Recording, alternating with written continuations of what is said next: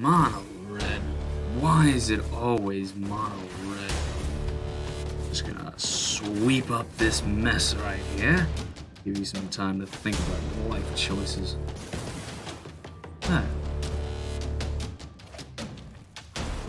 There he is, like clockwork. Hold on, I have just the thing. The flippy flop back on top. Draw right into it. And say goodnight to the bad guy.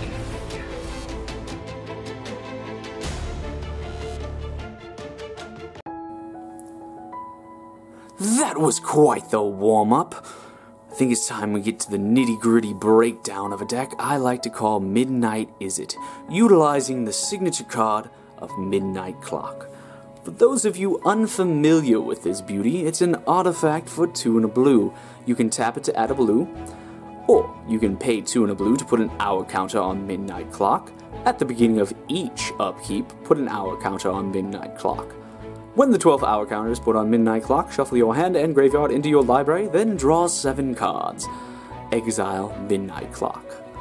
For those of you doing quick math, that is in fact 6 turn rotations before we get to that effect. So how do we get to the late game in order to capitalize on such a lovely draw mechanic? Well, we'll be running an Izzet control tempo style deck in order to use spot removal as well as draw spells to get to that late game. So, without further ado, let's get down to the sections. It's kind of a push-pull, two-sided operation with this deck. So let's go one at a time. For our creature removal package, we have 3 Shocks, 2 of the Scorching Dragonfire, 2 of the Lava Coil, and 2 Bone Crusher Giants, which is not only a removal spell, but a formidable 4/3 later on. That's a little tricky to get rid of.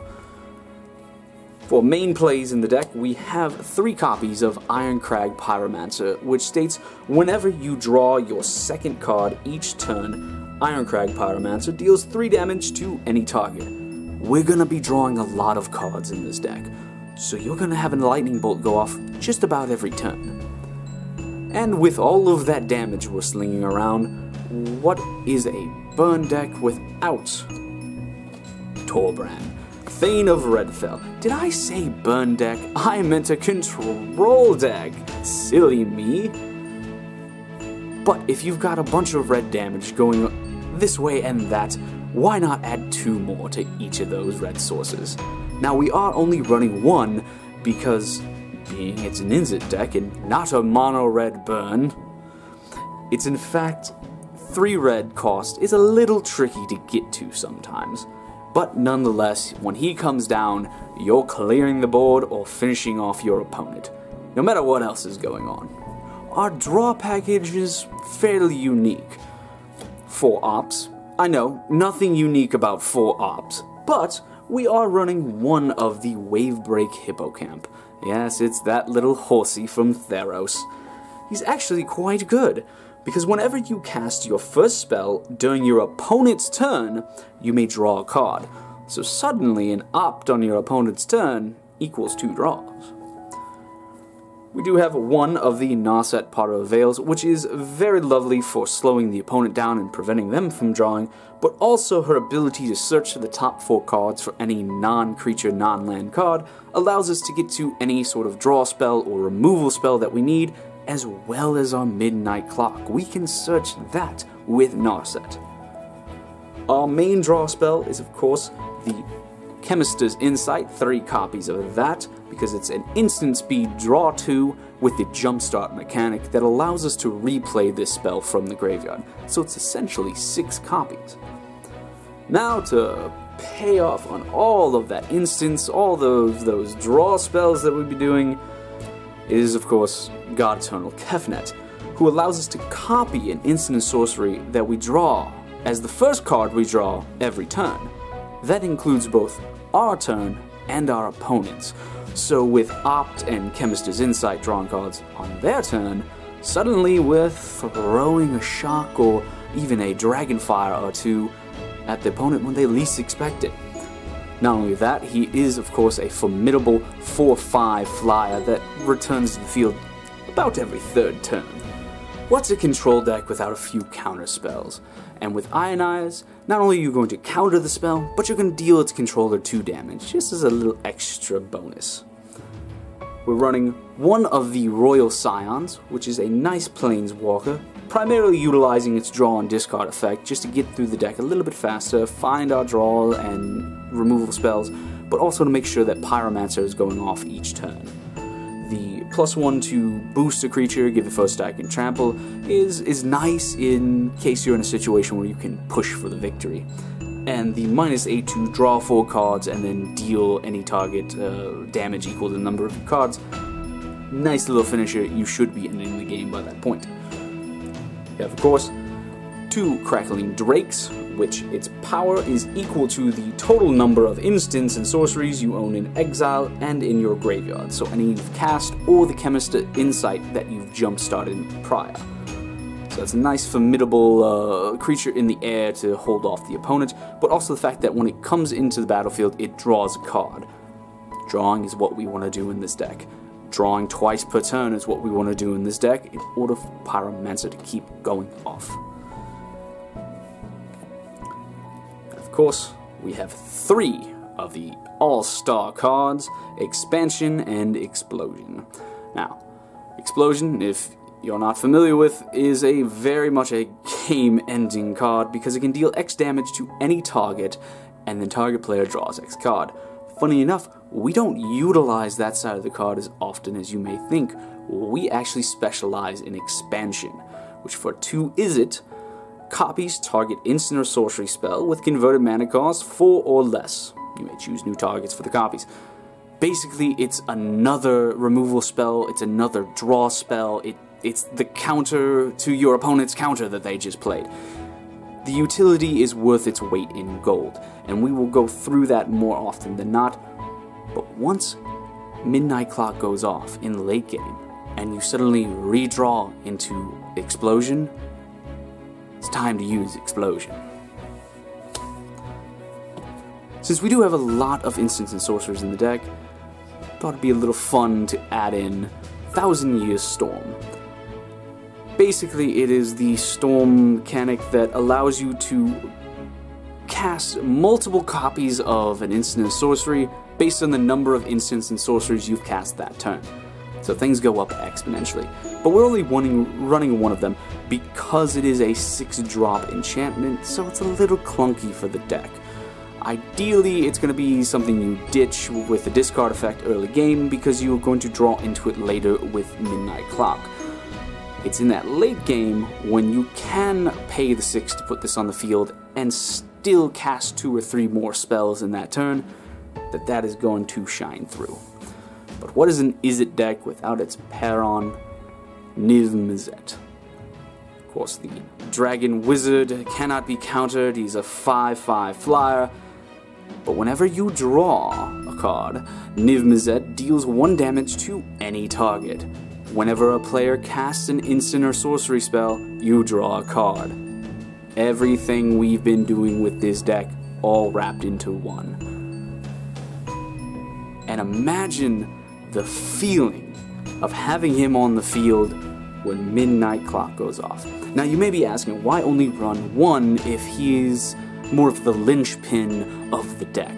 Well, once he hits the field, the opponent's going to remove him.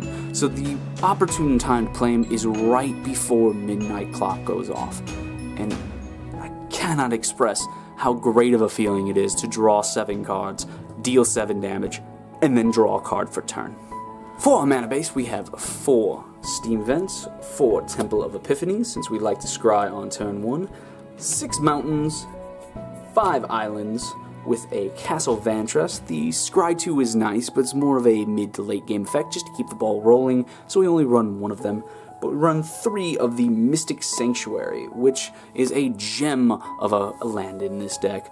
When it comes into play untapped, by controlling 3 islands, you get to choose target instant or sorcery in your graveyard and put it back on top of your library, which chances are you're about to draw right into and use that removal spell to get rid of something on the board. For the sideboard, we got a little bit more firepower with 2 more copies of Scorching Dragonfire, another Lava Coil, 2 more of the Bone Crusher Giants, and for the decks not running that many creatures, or maybe too big of creatures, we have a nice counter spell package with 4 of the negates, 2 Tail's End, which is a very underrated counter spell, the ability to counter target activated, triggered ability, or legendary spell.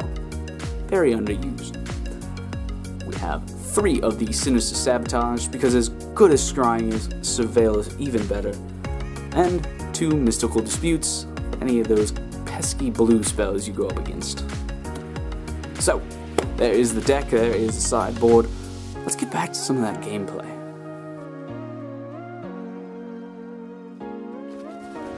You see, a beautiful thing about Midnight Clock is that it can tap for blue, so you can cast it and keep going.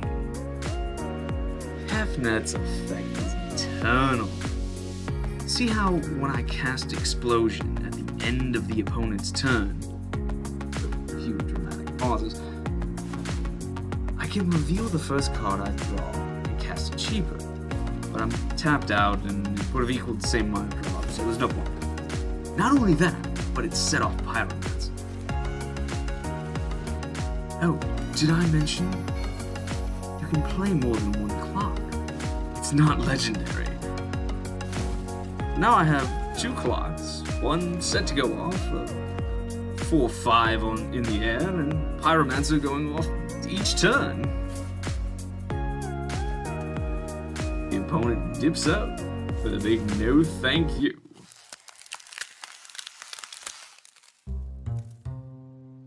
Now for a full game against Mono Black. Let's slow down, kid, and just get started. You know, it took you 3 turns to do anything. I must say, Puppet Jace is my favorite thing they've added to Arena by far. Bloodlord? Yeah, sure. I mean, just look at all his little animations. Yeah, look at him. He's adorable. No, wait, I meant to shock the other one. I meant to take 2 damage. It's perfectly fine.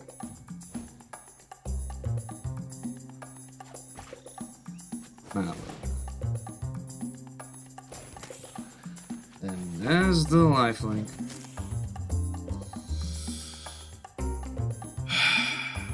Alright. Solving the problem. Solving the problem. See what I was saying about expansion? Such utility. Oh, I've got your number now, little birdie. Wings, dress, it doesn't matter when it's all on fire. Oh, not today, Booster Boy. I'm gonna let you pump it up to full toughness. Good riddance to you, too. All this creature removal, and I draw into 1 red source. Another flyer? I have one of my own.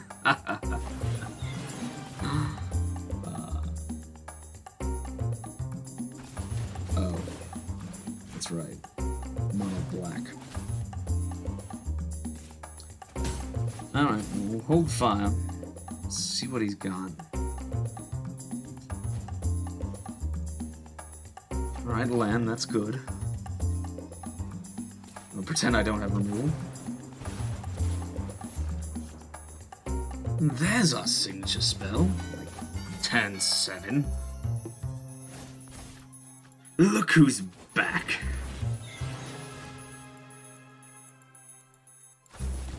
What? Double homicide? Is that even legal? No, it doesn't matter. He has a land. Removal? Sure, we'll keep it. Alright, big boy, you get in there. You again. No matter. Fire it is. And like that, we're in for 4.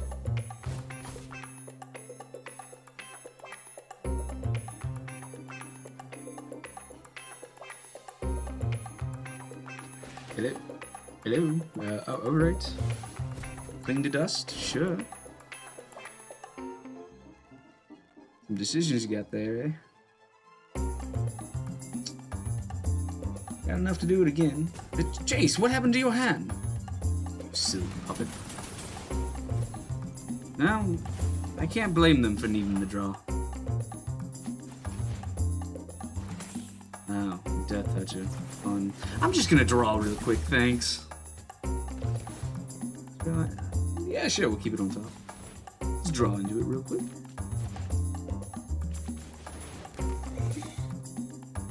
So, you know, a hippocamp walks into the bar and asks me, why didn't you just play Kefnet?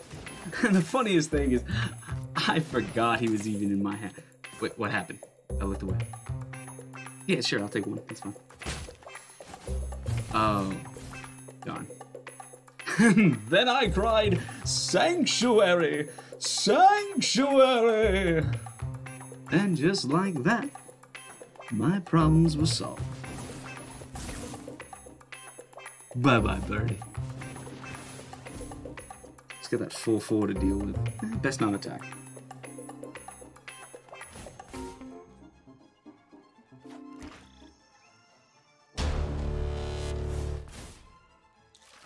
It's showtime, folks. It's like Christmas in the late game.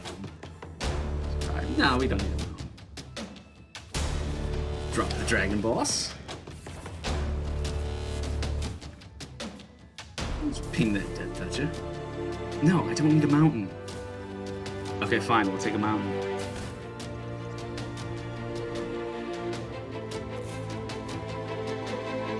You know, attacking was a bit unnecessary, kind of stupid. The point was to apply pressure. Okay, that worked out. Great. Got rid of 4-4. Draw and ping. Lay the unnecessary mountain. Drop the Pyromancer. Draw. Ping. Bolt. Copy. A draw and ping some more. Good game, salute. Ping again? At the bottom of the stack result, we draw and ping and swing for the game. What a photo finish. What are you doing? I'm working on the Midnight Izzet deck tech, of course. You know Ikoria is a thing, right? Yes, I'm aware. What's your point exactly? I'm just saying, you might want to redo the deck. Like, most mutate decks will have you outdone or dismantled by turn 5. By turn 6, Gyruda is already swarming the field. Not to mention, there's a more effective Izzet control build with Rayleigh rolling around. You should really update the deck, dude. But I just finished the deck tech. Yeah, with gameplay from like over 6 weeks ago. Look, I suggest you redo the deck from scratch. Just record some new gameplay, man. I just finished editing it. It's ready to post. I've been on this for over a week now. Fine, whatever. You can go ahead and post that trash. I need to shave and work on the M20 video. Hey, remember to tweet about M20 getting more votes. Yes, I'll tweet about M20. So the deck tech's a bit dated, but it still holds its own. Tell you what, let me know in the comments below what cards from my Cordia I should add to the deck, and what cards should I take out. What's your favorite card from my Cordia? And more importantly, let me know if you think old 2-week napped Sour Patch should mind his own business.